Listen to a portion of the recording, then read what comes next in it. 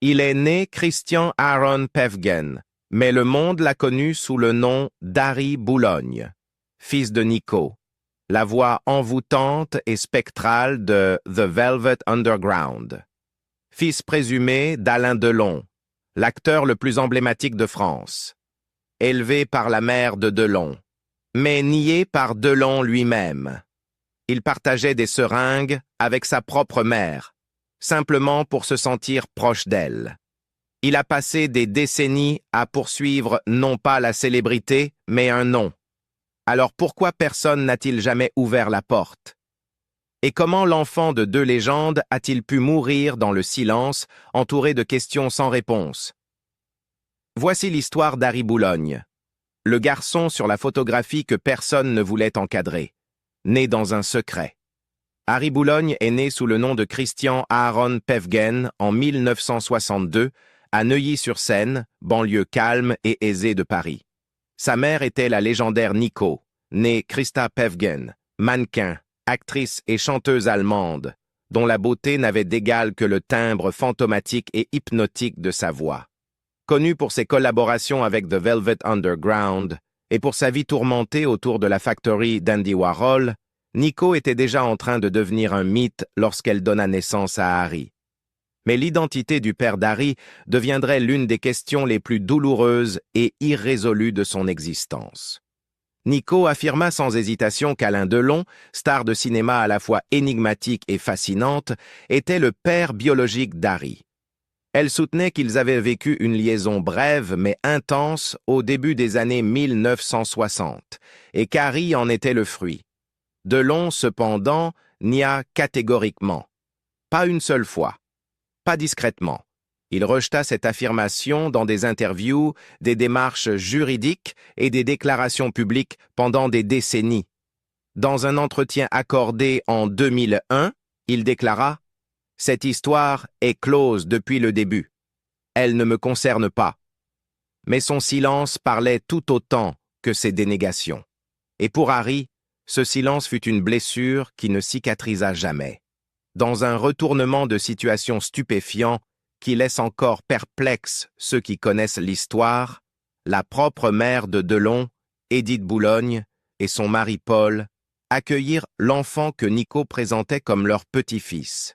Ils élevèrent Harry comme le leur, l'adoptant légalement. L'enfant reçut leur nom de famille. Ainsi, tandis que Delon le désavouait, ses parents disaient en substance « Nous savons ». Harry grandit dans la même maison où Delon avait été enfant. Il dormit sous le même toit. Il s'assit à la même table. Il fut entouré par ceux qui avaient fait de Delon l'homme qu'il était. Mais être élevé par sa grand-mère n'effaça pas le vide. Au contraire, cela l'approfondit peut-être, car Harry ne fut pas élevé comme un secret. Il fut élevé sous l'ombre constante de l'absence de Delon.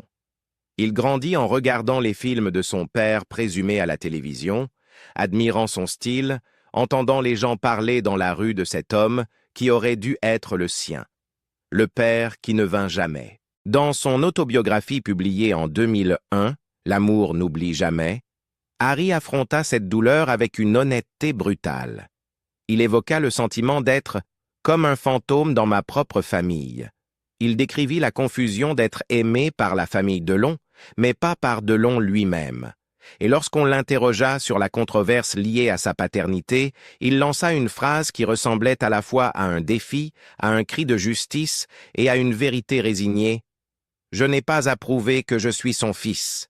C'est à lui de prouver que je ne le suis pas. » Cette phrase devint l'écho obsédant de l'histoire d'Harry, celle d'un enfant cherchant un père, puis d'un homme suspendu entre appartenance et rejet. L'enfance d'Harry Boulogne fut surréaliste, écartelée entre deux mondes incompatibles qui ne se réconcilièrent jamais. D'un côté, la discipline stricte d'un pensionnat catholique français où il était inscrit sous le nom d'Harry Boulogne et devait se comporter comme n'importe quel enfant bourgeois des années 1970. Uniforme, prière quotidienne, catéchisme, propreté, obéissance, silence. De l'autre côté, lorsqu'il était avec Nico, le monde explosait en chaos, beauté et ténèbres. Sa vie à elle n'avait rien d'ordinaire. Muse d'Andy Warhol, collaboratrice de The Velvet Underground, icône de la contre-culture, Nico vivait sans attache. Elle emmenait Harry dans l'East Village new-yorkais, sur les plages sauvages d'Ibiza, dans des squats d'artistes à Berlin et jusque dans des paysages désertiques d'Égypte ou du Maroc pour des tournages. Harry suivait, témoin silencieux, présent mais jamais ancré. Il n'y avait ni règles, ni horaires, seulement une orbite mouvante de musiciens expérimentaux, de cinéastes et de consommateurs d'héroïne. Il grandit dans des pièces saturées de fumée et de langues étrangères. Des figures comme Lou Reed, John Cale ou le réalisateur Philippe Garrel passaient. C'est Garrel qui fit jouer mère et fils dans La cicatrice intérieure, 1972, où Harry, âgé de 10 ans, errait pieds nus dans des paysages désertiques aux côtés de Nico, presque muet, métaphore visuelle de sa propre vie. L'enfant abandonné, l'observateur silencieux, le garçon perdu dans l'ombre d'adultes qui vivaient comme des spectres. Malgré le chaos, Harry adorait sa mère avec une intensité absolue. Elle était sa déesse et sa malédiction. Dans L'amour n'oublie jamais, il confia une vérité dévastatrice. De mes 16 ans jusqu'à la fin, nous partagions la même drogue, la même seringue, c'était une façon d'être ensemble. Cette phrase coupe le souffle. Ce n'était pas seulement une question d'héroïne, c'était le besoin d'elle, le désir de rester à ses côtés, d'entrer dans sa nuit pour ne pas la perdre. Pour Harry, le rituel de l'injection ne fut pas d'abord une rébellion ou une autodestruction, mais une intimité, une manière de demeurer proche de la seule personne qui ne l'avait jamais renié. Mais l'addiction, comme l'identité, a un prix. Et Harry le paierait cher. En juillet 1988, Nico mourut après une chute à vélo durant des vacances à Ibiza. Ce qui devait être une parenthèse paisible, un voyage simple, presque réparateur, se transforma en drame. Elle s'effondra, victime de ce que l'on diagnostiqua d'abord comme une insolation, avant que l'on découvre qu'il s'agissait en réalité d'une hémorragie cérébrale. Transportée d'urgence à l'hôpital, elle décéda peu après. Elle n'avait que 49 ans. Harry avait 25 ans. Et en un instant, son centre émotionnel disparut. La seule personne qui avait affirmé, avec force, sans jamais céder, qu'il était le fils de Delon, n'était plus là. La seule voix qui le reliait à ses origines, aussi fragiles et conflictuelles soient-elles, s'était éteinte. Plus personne pour parler pour lui, pour le défendre, pour le regarder en sachant exactement qui il était. Avec la mort de Nico, la spirale descendante déjà amorcée s'accéléra brutalement. Il passa d'un centre de désintoxication à un hôpital psychiatrique, enchaînant les tentatives de sevrage suivies de rechutes répétées. Il disparaissait pendant des mois, puis réapparaissait dans des interviews, amaigri, hanté, parlant du passé avec un mélange troublant de tendresse et d'amertume. Par moments, il tenta de se raccrocher à la photographie et à l'écriture. À d'autres, il s'effaça complètement, englouti par le deuil, la confusion et la dépendance. Mais la tragédie allait bien au-delà de la drogue. Ce n'était pas seulement une histoire d'héroïne, c'était une histoire de vide. La vie d'Harry reposait sur des questions sans réponse. Qui est mon père? Pourquoi ne me reconnaît-il pas? Pourquoi ai-je grandi dans la maison d'un homme qui refusait de m'aimer? L'addiction prospère dans les fissures de l'identité. Et pour Harry, il y eut toujours un manque, un vide en forme de père, résonnant de silence, devenant chaque année plus assourdissant. La confrontation. Il y eut un seul moment, un seul, où Harry Boulogne et Alain Delon se retrouvèrent face à face. Pas à travers des avocats, pas par déclaration publique interposée, en personne, seul, dans une voiture. Pendant la majeure partie de sa vie, cette rencontre avait existé dans l'imaginaire d'Harry. Il l'avait répétée mentalement, disséquée, rejouée encore et encore, inventant des dialogues dans l'espoir désespéré que l'homme que le monde appelait son père le regarderait enfin dans les yeux et le reconnaîtrait. Mais lorsque la rencontre eut finalement lieu, elle ne fut pas une délivrance. Elle fut une dévastation. Harry raconta plus tard cet échange dans des entretiens accordés à Libération et dans ses mémoires. Il décrivit la scène avec une précision troublante. L'odeur de l'habitacle, la tension suspendue dans l'air, la proximité insoutenable de cet homme qu'il avait attendu toute une vie. Puis, comme s'il récitait un texte appris par cœur, Alain Delon se tourna vers lui, posa la main sur son épaule et déclara avec une froideur implacable « Tu n'as pas mes yeux, tu n'as pas mes cheveux, tu n'es pas mon fils, tu ne seras jamais mon fils. Je n'ai couché qu'une seule fois avec ta mère. » Ce fut intime, brutal, irréversible. Plus tard, Harry confia qu'il avait voulu répondre par une réplique tirée d'un film. « Vous ne me faites pas peur. » Cela aurait été cinématographique, défiant, presque héroïque. Mais sur l'instant, aucun mot ne sortit. Il resta paralysé.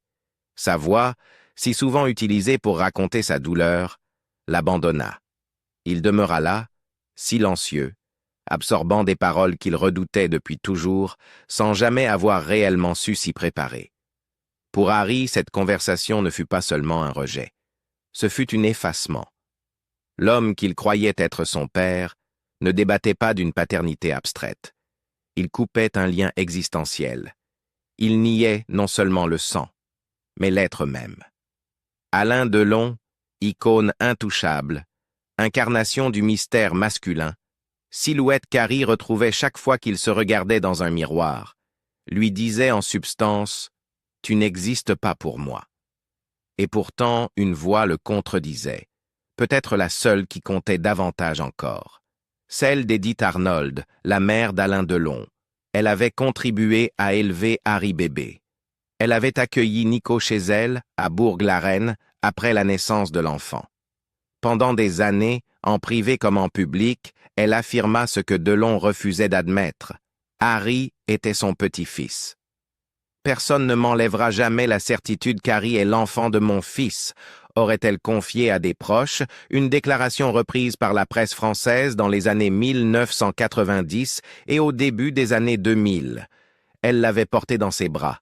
Elle avait vu la détresse de Nico. Elle avait été témoin de ce que Delon choisissait d'ignorer.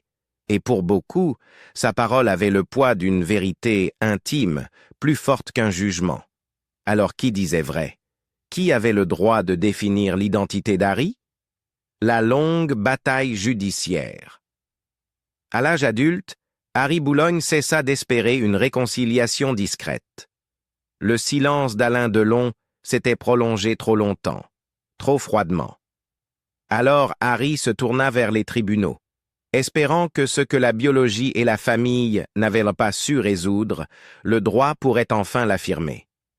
Le combat judiciaire débuta à la fin des années 1990 et s'intensifia au début des années 2000. Harry engagea officiellement une action en recherche de paternité devant les juridictions françaises. Sa demande était simple, être reconnu légalement comme le fils biologique d'Alain Delon. Mais le système, à l'image de l'homme qu'il tentait d'atteindre, ne lui ouvrit aucune porte. L'affaire fut rejetée pour des raisons techniques. Au moment du dépôt de la plainte, Alain Delon était domicilié officiellement en Suisse, où les règles de compétence rendaient presque impossible toute contrainte à un test ADN depuis l'étranger. Les tribunaux français estimèrent ne pas être compétents. L'équipe juridique d'Harry fit appel, invoquant des principes liés aux droits fondamentaux, arguant que le refus de Delon portait atteinte au droit d'Harry à son identité. Ils évoquèrent également des éléments du droit de la nationalité allemande, Nico ayant été citoyenne allemande et Harry étant né à Berlin-Ouest. Mais chaque tentative se heurta à un labyrinthe administratif. Pendant des années, rien n'avança. Puis survint l'impensable, la mort soudaine d'Harry en 2023. Il avait 60 ans, aucune victoire judiciaire, aucune reconnaissance, aucun test ADN. Mais l'histoire ne s'arrêta pas là. Presque immédiatement, ses deux enfants, Charles et Blanche, reprirent le combat que leur père avait porté durant des décennies. Pour eux, il ne s'agissait pas seulement de justice, il s'agissait d'identité. Dans un retournement juridique remarquable, Blanche, alors à peine dans la vingtaine, déposa une requête d'urgence devant les tribunaux suisses afin d'obtenir des mesures conservatoires concernant l'ADN d'Alain Delon, demandant que du matériel biologique soit préservé ou analysé avant son décès, que l'on disait proche en raison de son état de santé déclinant. La demande était urgente, précise, profondément personnelle. Elle fut rejetée. Selon les autorités suisses, il n'existait aucun danger imminent justifiant une telle mesure, notion généralement réservée aux situations où des preuves risquent d'être détruites. Delon étant encore en vie, la requête fut jugée prématurée. Une fois de plus, le temps joua contre eux. Puis, en 2025, tomba le coup final. La Cour d'appel de Poitiers, vers laquelle l'action en paternité avait été renvoyée, rendit une décision qui surprit de nombreux juristes. Elle déclara la demande prescrite au regard du droit civil français. Trop de temps s'était écoulé. Le délai légal était expiré. Aucune juridiction n'examinerait désormais l'affaire. Affaire classée. Pourtant, les motivations de la seconde génération semblaient diverger, subtilement, mais de manière significative. Selon des informations relayées par la presse, Charles aurait poursuivi la procédure en partie pour des raisons successorales. Si Harry avait été reconnu légalement comme fils de Delon, Charles aurait pu prétendre à une part d'un patrimoine estimé à plus de 40 millions d'euros. Blanche, en revanche, semblait animée par une autre quête. Selon des proches, pour elle, il ne s'agissait pas d'argent, mais d'origine. De savoir enfin d'où elle venait. Deux jeunes adultes, façonnés par l'ombre d'un homme qui n'avait jamais reconnu leur père, poursuivant une bataille qu'ils n'avaient pas choisie. Ce n'était plus seulement un contentieux juridique, c'était une saga générationnelle. Face à eux se tenait la famille Delon. Anthony, Anouchka et Alain Fabien, les enfants reconnus d'Alain Delon, exprimèrent par l'intermédiaire de leurs représentants leur opposition ferme à toute revendication de paternité. Ils affirmèrent défendre le nom, l'héritage et le patrimoine de leur père contre ce qu'ils considéraient comme des accusations infondées. Pour eux, Harry avait toujours été le fils de Nico, rien de plus. Ainsi, la bataille passa à la génération suivante, emportant avec elle la douleur, le doute, le refus. Une fin solitaire. En mai 2023, la fin est arrivée discrètement, presque invisiblement. Harry Boulogne a été retrouvé mort dans son appartement du 15e arrondissement de Paris, un logement modeste bien loin des adresses prestigieuses associées au nom Delon. Il n'y a pas eu de scène spectaculaire, pas de caméra, pas de foule. Selon les médias français, des voisins inquiets avaient alerté les autorités après avoir remarqué une odeur persistante et son absence prolongée. Lorsque la police est entrée dans l'appartement le 20 mai, ils l'ont découvert sans vie. Sa santé était fragile depuis des années. Plusieurs accidents vasculaires cérébraux l'avaient rendu hémiplégique, partiellement paralysé d'un côté du corps. Se déplacer était difficile. Le quotidien nécessitait de l'aide. Il sortait rarement. Des proches le décrivaient comme de plus en plus isolé, physiquement affaibli, mais mentalement lucide, toujours habité par les mêmes questions sans réponse qui le poursuivaient depuis l'enfance. Selon les rapports, son corps se trouvait là depuis un certain temps avant d'être découvert. La cause officielle du décès, confirmée par les autorités françaises, fut une overdose d'héroïne. Les analyses toxicologiques ont révélé la présence d'opioïdes. Une symétrie brutale. La substance qu'il avait un jour rapprochée de sa mère à l'adolescence l'accompagnait jusque dans ses dernières années. L'addiction, qu'il avait suivie depuis sa jeunesse, n'avait jamais totalement desserré son emprise. Une femme vivant avec lui à ce moment-là fut placée en garde à vue, puis mise en examen pour non-assistance à personne en danger. L'enquête porta sur un éventuel retard dans l'appel au secours. Elle ajouta une couche supplémentaire de tragédie à une fin déjà douloureuse, sans toutefois déclencher de scandale retentissant. Seulement des questions. Encore des questions. Il avait 60 ans. 60 ans. Ni jeune, ni véritablement vieux. Un âge où beaucoup commencent à faire le bilan, à chercher l'apaisement. Pour Harry, la paix demeura insaisissable. Il suffit de repenser à l'arc de sa vie. Né à Neuilly-sur-Seine sous l'ombre de la célébrité, élevé entre la discipline du foyer de sa grand-mère et le chaos incandescent du monde artistique de Nico, entouré de noms qui ont marqué le cinéma européen et la contre-culture américaine. Son père présumé, l'un des hommes les plus célèbres de France, sa mère, une icône culte de la musique underground. Et pourtant, la fin fut d'une banalité poignante. Anthony Delon, l'un des fils reconnus d'Alain Delon, publia un bref message sur les réseaux sociaux après l'annonce du décès. Il évoqua Harry comme son frère, un hommage mesuré, digne, presque sobre. Pour certains, un geste de réconciliation. Pour d'autres, un geste douloureusement tardif. Il n'y eut pas de funérailles médiatisées. Harry fut inhumé à Jouy-en-Josas, commune paisible au sud-ouest de Paris. L'enterrement fut discret, intime, sans spectacle, sans confrontation finale, sans révélation de dernière minute. Après des décennies de procédures judiciaires, d'interviews, de mémoires et de dénégations publiques, l'histoire ne s'acheva pas par une réponse, mais par le silence. Et c'est peut-être là le détail le plus cruel. La vie d'Harry Boulogne n'a jamais été une simple affaire de titre ou de scandale. Elle a toujours été une quête d'appartenance. Né dans le mythe, élevé dans la contradiction, il a passé des décennies à chercher une vérité que personne ne lui a donnée. À la fin, il ne resta pas de certitude, seulement le silence. Était-il vraiment le fils d'Alain Delon? Ou seulement un nom que le monde a refusé de prononcer à voix haute? Dites-nous ce que vous en pensez dans les commentaires. Et si des histoires comme celle-ci vous touchent, n'oubliez pas d'aimer la vidéo, de vous abonner et d'activer la cloche.